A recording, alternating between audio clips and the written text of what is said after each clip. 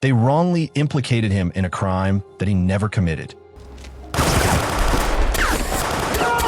7 years of his days on planet were wasted behind a prison.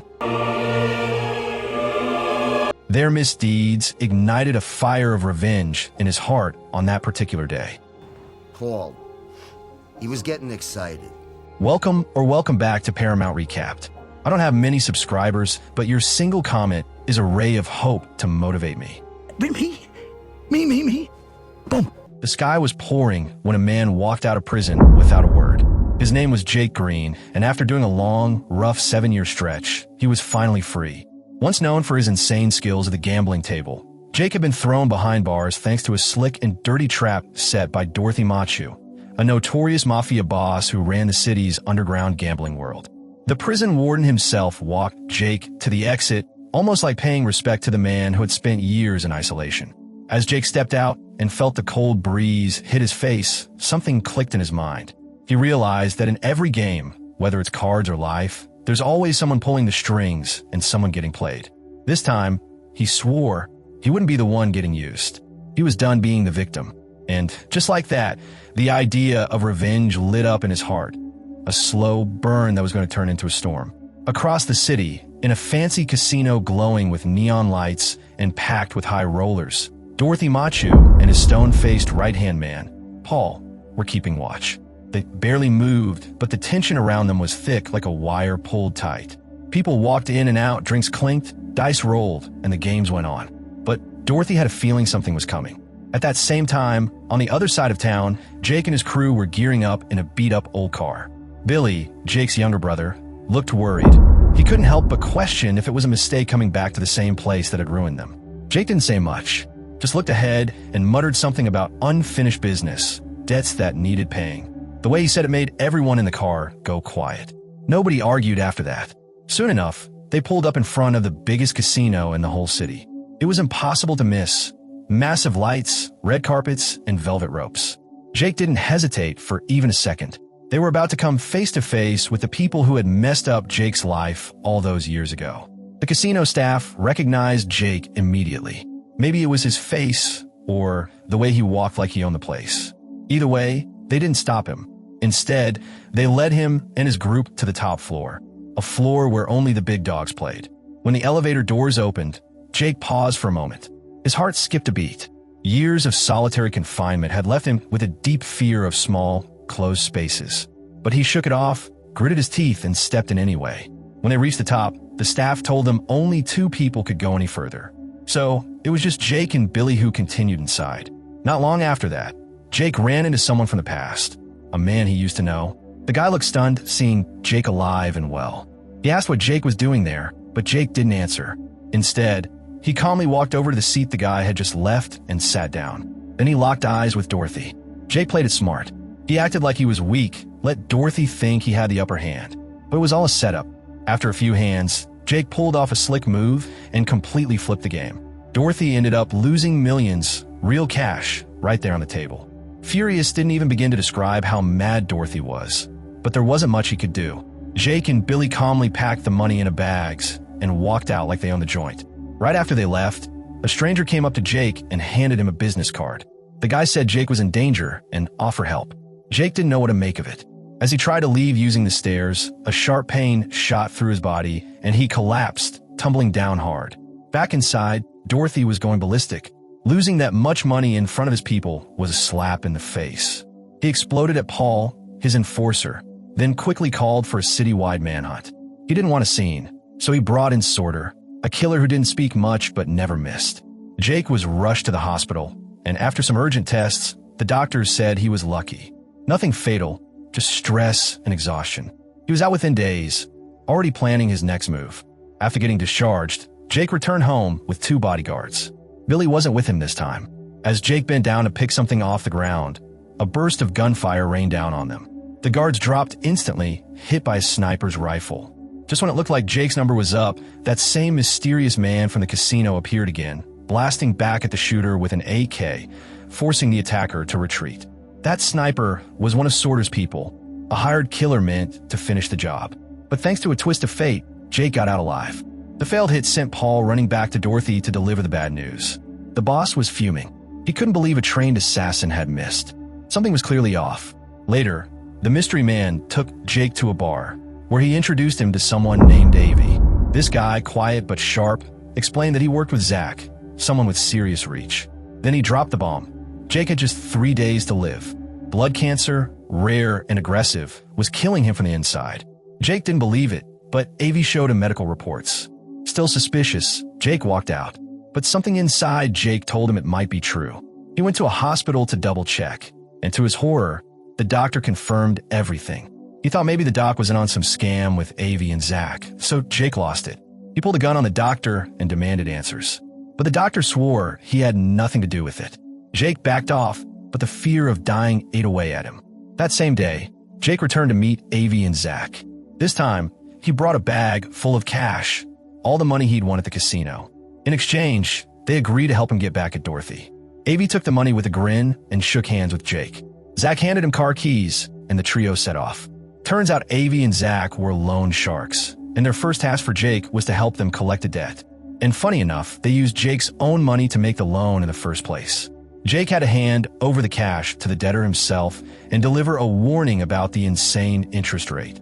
After the job was done, he followed them back, now officially part of their crew, from a sharp gambler to a collector for street lenders.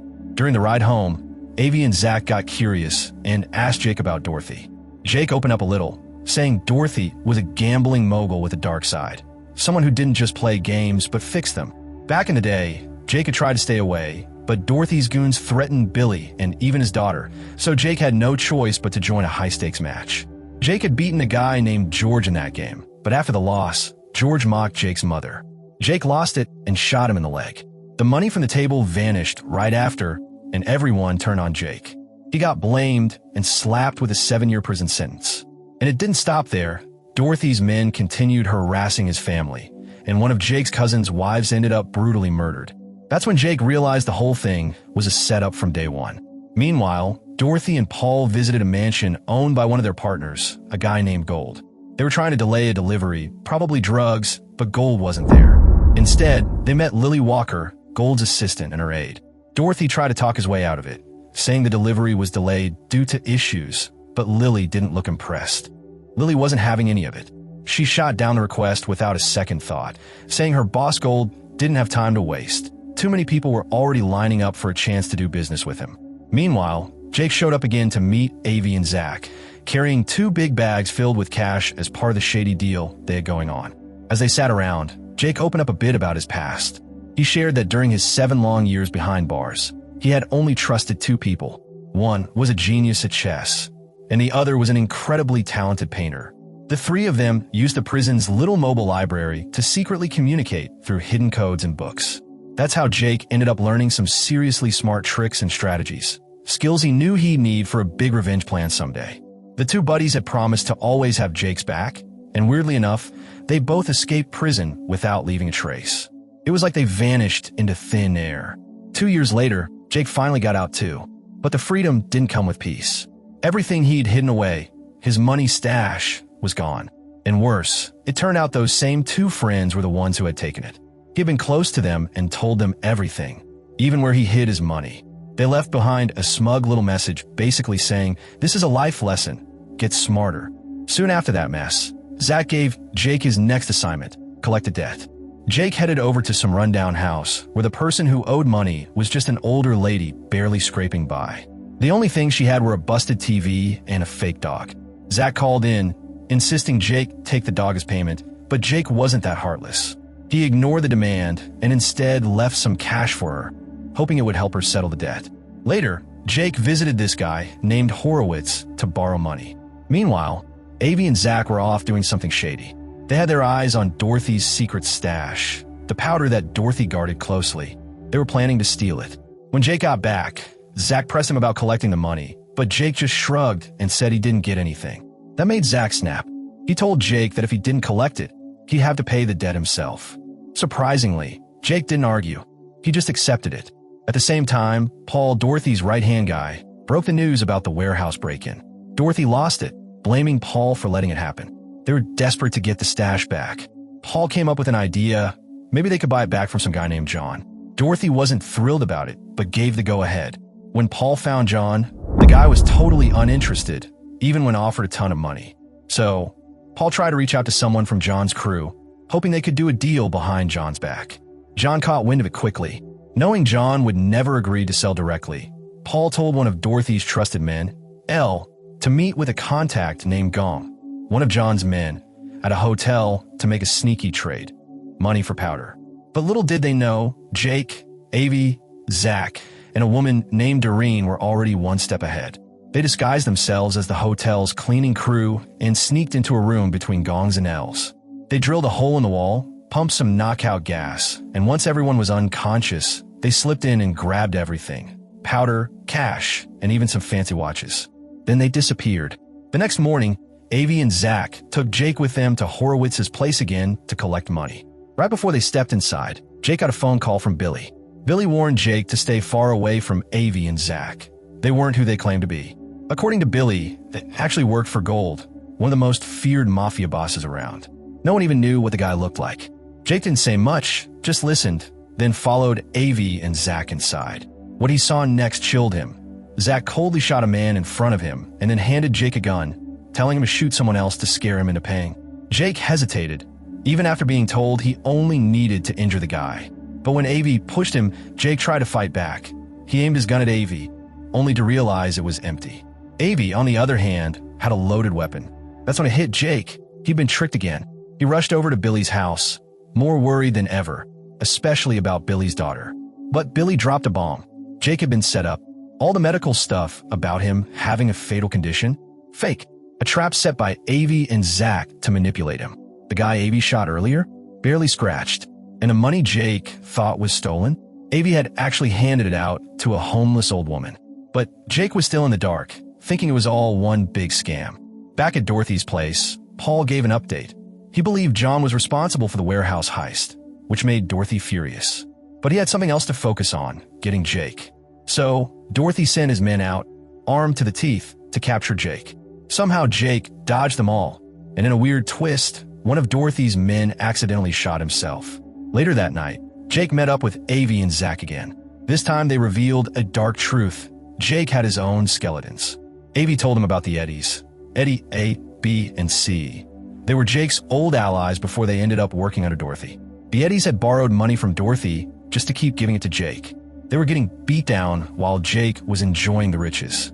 Eventually, those three were caught and killed on the orders of Dorothy. Avi claimed Jake didn't even need to pull a trigger. His lies and sweet talk were deadly enough. Somewhere else, during a meal, Dorothy got word Jake was still free.